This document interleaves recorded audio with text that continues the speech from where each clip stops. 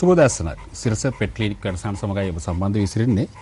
අර විවාහයේ කියනවා සාමාන්‍යයෙන් අර බුරන බල්ලා හපන්නේ නැහැ කියලා, සපා ගන්න නැහැ කියලා. ඒ වගේම මේ සපන බල්ලත් ටිකක් බුරන්නේ නැහැ කියන කතාවක් තියෙනවා. මේ කතාවටම අනුකූල වූ බලුසුරුතිර පිළිබඳව තමයි කතා කරන්නේ. ඊටාම දේහදාරී ලක්ෂණ තියෙන අයිබෝන් වෛද්‍යතුමනි. අයිබෝන්. මම හිතන්නේ අර IQ කාරණේ මේ ටිකක් බුරන අඩුයි කියනවා නේද? මේ බලුසුරුතර පිළිබඳව කතා කරන්නේ. ඇත්තටම ඔව් දැන් මේ අද අපි කතා කරන්නේ මේ බුල් මස්ටිෆ් කියන සුරතලු පිළිබඳව. ඉතින් මේ නම් ටිකක් බය වෙලා ඉන්නේ අද. ඔව් ඇත්තටම දැක්ක ගමන් ඕන කෙනෙක් බය වෙනවා මෙයාව. ඉතින් අර හැබැයි සන්නාසන්නත් ඉන්නේ. අතර පස් දෙනෙක් ඉන්නවද? ඉතින් බුල් මස්ටිෆ් කියන සුරතලු නරඹ සඳහන් කරා වගේ ෆැමිලි පෙට් කෙනෙක්.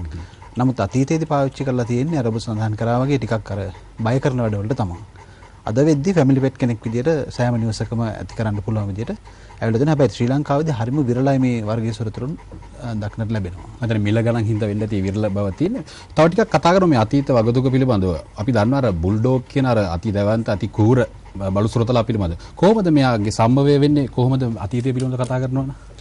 ඔව් ඇත්තටම දැන් මේ බුල් මස්ටිෆ් කියන වර්ගයේ නම ගත්තාම නමේ තියෙන කැලේ දෙකක්. බුල් මස්ටිෆ් කියන එක.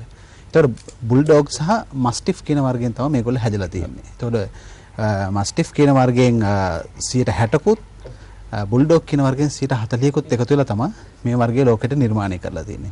මොකද දැන් මස්ටිෆ් කියන සතා ටිකක් ලොකු දෙහයක් තියෙනවා. නමුත් එච්චර සැර නැහැ. බුල්ඩොග් කියන සතා සැරයි නමුත් ලොකු දෙහයක් නැහැ. ඉතින් අතීතයේ 1860 වගේ කාලෙදී එංගලන්තයේ මිනිස්සුන්ට ඕන වුණා මේ ඒගොල්ලන්ගේ තියෙන විශාල වතු යායවල් වල සමහරවිට මේ හොර දඩයක් කරුව කියලා අපි කියන්නේ.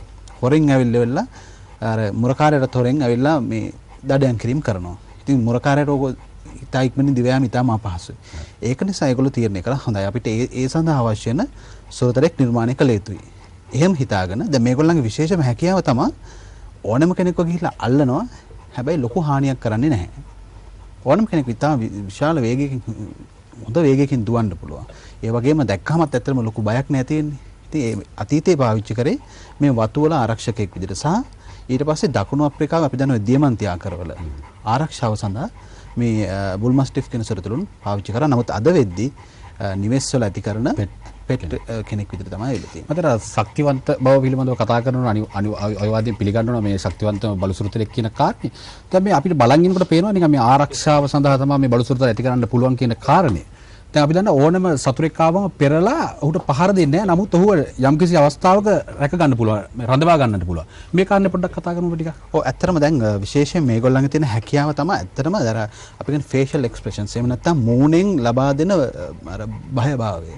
දැන් මේගොල්ලන්ගේ ඒක හොඳටම තියෙනවා.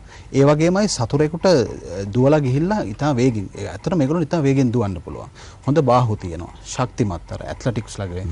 ඒ වගේ ඉතා විශාල වශයෙන් සම්පූර්ණ මේ සුරතරා නිර්මාණය කළ තියෙන ඔබ සඳහන් කරා වගේම සතුරෙක් ඇල්ලීම සඳහාම තමයි.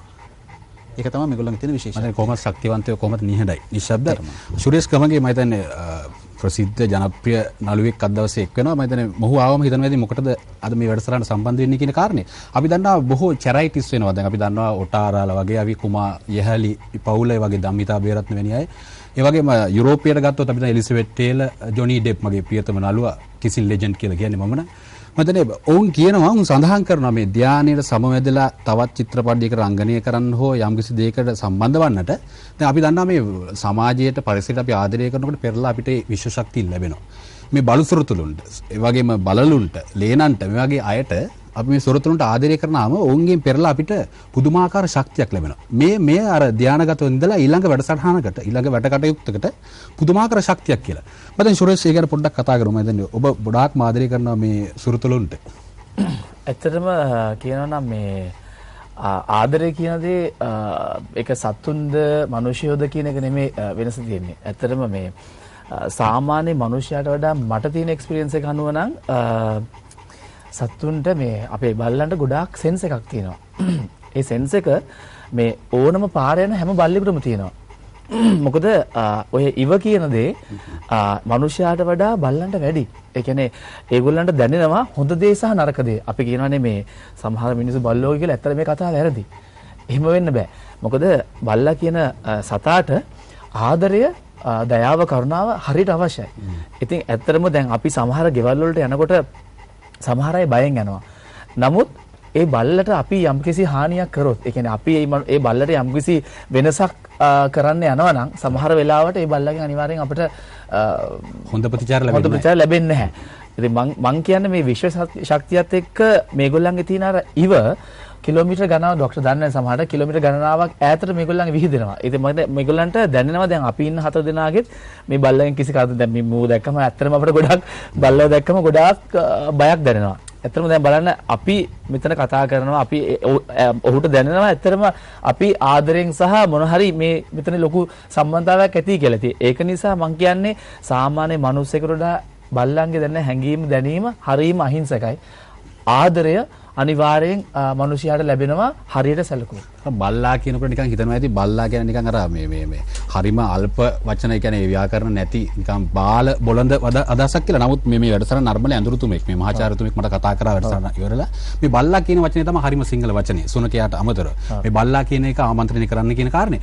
වෛද්‍යතුමා අර බයයි කියන කිව්වනේ. මේ ගති ලක්ෂණ පිළිබඳව අපි කතා කරමුකෝ. ඔව් ඇත්තටම පොඩි කතාවක් එකතු කරන සුරේෂ් කියපු කාරණේට දැන් සුරතලුන්ට අපි අර කිව්වාගේ සංවේදනය අපිත් එක්ක තියෙන තාම විශාල සංවේදනයක් තියෙනවා. මොකද අපි ළඟට අරන් එන සමහර සුරතල අපි උදාහරණයක් විදිහටම සුරේෂ්ගේ සුරතලාව ගෙදර දාලා කොහරි ගමනක් ගිහිල්ලා ඉන්නවා කියලා. ඉතා විශාල වශයෙන් ඔහුට දැනෙනවා.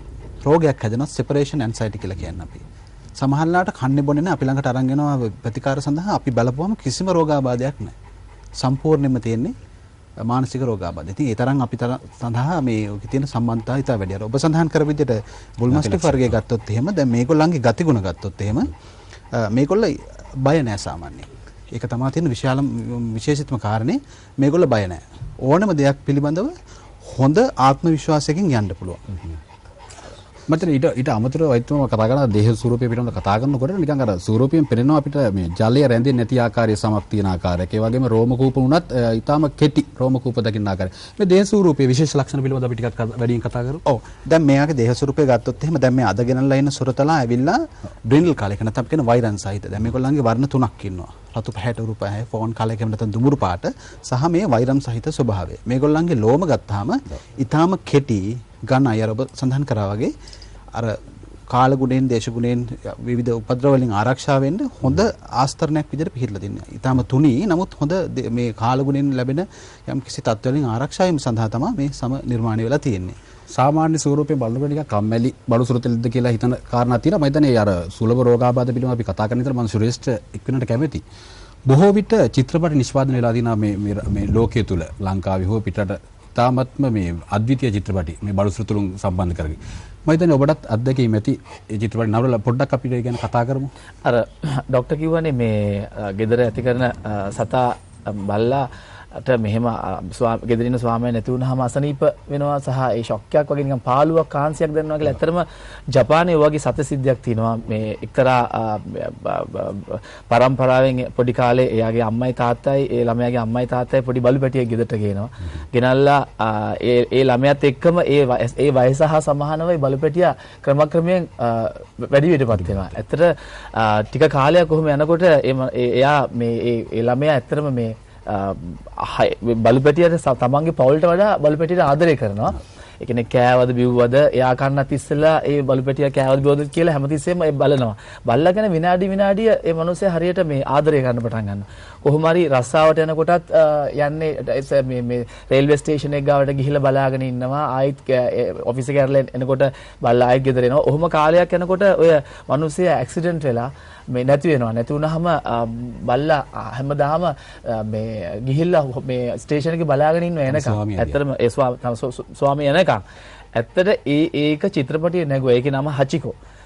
ජපාන් චිත්‍රපටියක්. අති සංවේදී චිත්‍රපටියක්. අතිම සංවේදී චිත්‍රපටියක්. ඉතින් ඒ බලන්න දැන් ඒ බල්ලා ඇත්තටම ඒ හිතලා නෙමෙයිනේ කරන්නේ හදවතින්. ඒ බල්ලට කොච්චර සෙන්ස් එකක් තියෙනවද මේ මනුස්සයාට. මේ මනුස්සයා කොච්චර ආදරය කරනවද. ආදරේ කොච්චර ලබා දෙනවද. මං කියන්නේ අන්න එතනයි වෙනස තියෙන්නේ. මම මේ කියනවා ප්‍රාමාණික දැනුම පිළිබඳ අපිට අයවාදයක් නැහැ. නමුත් අපිට ඒ කියන්නේ සංවේදී භාවය නිසා වෙන් අපිට මොනතරම් මොවුන් අවශ්‍යද කියන කාරණේ. වෛද්‍යතුමා අර කිව්වනේ අර මේ චිත්‍රපටිය සඳහන් කරා අර ළමයා ගෙදරට ගේනවා මේ සුරතලා කියන කාරණේ. මම කැමතියි මෙවැනි බලු සුරතලෙක් සාමාන්‍ය අපි නිවසකට ගෙනෙනවා නම් මොන වගේ වයසක්ද සුදුසු කියන කාරණේ පිළිබඳව. ඇත්තටම මෙහෙමයි. දැන් හැමදාම මම සඳහන් කරන්නේ අවම වශයෙන් මෞකිරි මාසෙකමාරක් දෙන්න. මම හිතන්නේ මේ වැඩසටහන් කීපෙන්නේ අර මන්ත්‍රයක් වගේ අපි ඕක කිව්වා. අවම මාසෙකමාරක් තියන්න සාමාන්‍ය මාසෙකමාර දෙක වගේ කාලෙදී රැගෙන එන්න. ගොඩාක් වයසට ගියාට පස්සේ අරගෙන එන්නත් එපා. දැන් මේ අද ගෙනල්න සුරතලාගේ වයස අවුරුදු 3ක්. ඉතින් මේ වගේ වයසකින් ගෙනාවොත් ගැටලුවක් නැහැ මේගොල්ල. නමුත් බුල් මස්ටිෆ් වර්ගයේ තියෙන ගැටලුව තමයි ඒගොල්ල හරි මේ අර ස්වාධීනව හිතන කට්ටිය. දැන් කවුරු හරි කෙනෙක් යම් විධානයක් දුන්නොත් අහන්න ඒ තරම් කැමති නැහැ. හරි කීකරුයි. නමුත් පුහුණු කරවීමේදී යම්කිසි ගැටලුවක් තියෙනවා. ඒ නිසා අපි සඳහන් කරන්නේ ඔබ සුරතලෙක් අරන් යනවනම් වඩාම හොඳ වයස තමයි සති 6 සති 8. එහෙම නැත්නම් මාස 1කමාර මාස 2 වගේ කාලේ තමයි ඊටාම සුදුසු වෙන්නේ. මතර බර උස පිළිබඳව පොඩ්ඩක් පැහැදිලි කරා නම් තවත් ටිකක්. ඔව් ඇත්තටම දැන් තේනකොට දැක්ක ගමන් මෙයාගේ උස ගැන සඳහන් කරොත් සාමාන්‍යයෙන් අඩි 2කුත් අඟල් 2ක් විතර උපරිම උසකට යන්න පුළුවන්. සාමාන්‍යයෙන් මෙයාගේ බර ගත්තොත් එහෙම රාත්තල් 130ක් විතර. සාමාන්‍යයෙන් කියනවා අඩි 5යි අඟල් 5ක් උස ගෑනු කෙනෙක්ගේ නැත්තම් කාන්තාවකගේ බර මේ සුරතලට තියෙනවා කියලා. ඒක තමයි සාමාන්‍ය බර. අඩි 5යි අඟල් 5ක් උස වනිතාවගේ බර මෙයාට තියෙනවා. ඒකට සාමාන්‍ය කෙනෙකුට හිතා ගන්න පුළුවන් කොච්චරක් විතර මෙයාගේ බරක් ප්‍රමාණයක් වෙනවද පිළිබඳව කතා කරනකොට මට අහන්නේ කොච්චර පයින්න පුළුවන්ද කියන කාරණා. ඔව්. ඇත්තට මේගොල්ලෝ අර මේ එහෙම අර ස්පෝටිං වලට හදපු කට්ටිය නෙවෙයි. යම්කිසි අලස බවක් තියෙනවා. ඒ වගේම තව විශේෂ කාරණයක් සඳහන් කරන්න ඕනේ මේගොල්ලෝ දැන් සමහර විටන මේ වගේ ලොකු දේහ ප්‍රමාණයක් තිබ්බහම අපේ නිවසට ගැලපෙනවද? ඔව් ඒකද. නමුත් මේගොල්ල එච්චර ක්‍රියාකාරී නෑ. දැන් නිවස ඇතුලේ හිටියොත් එimhe ඔය තිබ්බ විදිහට ඔහොමම ඉඳි. ඒගොල්ලන්ට ලොකු ඉඩකඩක් අවශ්‍ය නැහැ. ඒ නිසා සමහර මේ තට්ටු නිවාසවල ඉන්න කෙනෙකුට හිතා ගන්න පුළුවන් මේ වගේ කෙනෙක් නම් අරගෙන අපේ නිවසේ හදන්න බෑ කියලා හිතන්න පුළුවන්. නමුත් අපි නිර්දේශ කරනවා කෙලින්ම බයක් නැතුවම මේ සුරතුණු තට්ටු නිවාස වලට හොඳයි. මොකද ඒගොල්ලන්ට විශාල වශයෙන් ව්‍යායාම අවශ්‍ය වෙන්නේ නැහැ. ඒ වගේම සඳහන් කරනවා ග්‍රූමින් සඳහන් කාරණේ මේගොල්ලන්ට විශාල වශයෙන් ග්‍රූමින් අවශ්‍ය වෙන්නේත් නැහැ. මතර අපිට ටිකක් පිපාසය දැනෙනවා අපිට ටිකක් බඩගින්න දැනෙනවා මේ බඩ දැකලා අපි හිතන පොඩ්ඩක් වැඩිපුර කන්න ඕන කියලා. ඉතින් මේ බලු සුරතලා පිළිබඳව බලනකොට අපි හිතනවා මේ මෙයාට ගොඩාක් කන්න දෙන්න වෙයි කියන කාරණේ අපිට නිකන් හිතෙන්නත් පුළුවන්. දැන් මේ නිසාවෙන් සුලභ රෝගාබාධ ඇති වෙන්න පුළුවන්. මේ සුලභ රෝගාබාධ ගැන අපි ටිකක් කතා කරමු කෙටි විරාමයකට ගිහිල්ලා. මම රෝගාබාධ පිළිබඳව කතා කරන්නත් පුළුවන් වෛද්‍යතුමනි අපි කෙටියෙන් යම් කිසි දෙයක් කතා කරමු මේ ආහාර දීමේ වැඩි වශයෙන් ආහාර දීම නිසා ඇති වෙනා රෝගාබාධ පිළිබඳව. ඔව් ඇත්තටම දැන් මේ සුරතලා දැක්කහම ඕනම කෙනෙකුට හිතන්න පුළුවන් කොච්චරක් කනවද? දේහ ප්‍රමාණය දැක්කට පස්සේ. එතකොට නමුත් මෙයාගේ දැක්කන් පස්සේ දැන් ආහාර පද්ධතියට ඔබ සඳහන් කරපු රෝගාබාධ වලට වඩා වැඩියෙන් තියෙන්නේ මේගොල්ලන්ගේ මේ කැන්සර්ස් එහෙම නැත්නම් අපි කියන්නේ පිළිකා ආශ්‍රිත රෝග. ඒ වගේම අර අපි හැමදාම ලොකු සුරතලෙක් කතා කරද්දී කියනවා හිප් ඩිස්ප්ලේෂියා කියන තත්. එහෙම නැත්නම් අර උකුල් සංදිය පැනීම නිසා ඇති වෙන රෝගාබාධ. විශේෂයෙන් සඳහන් කරන්න ඕනේ දැන් මේ සුරතලාගෙත් දැන් මම අදත් අපිට මේ සුරතලා ලබා දුන්නේ ශ්‍රී ලංකා බ්‍රීඩර්ස් කෙනල් ක්ලබ් එකේ ආඝාතය පිළිබඳව අපි වැඩි වශයෙන් කතා කරමු කෙටි විරාමයකට ගිහිල්ලා.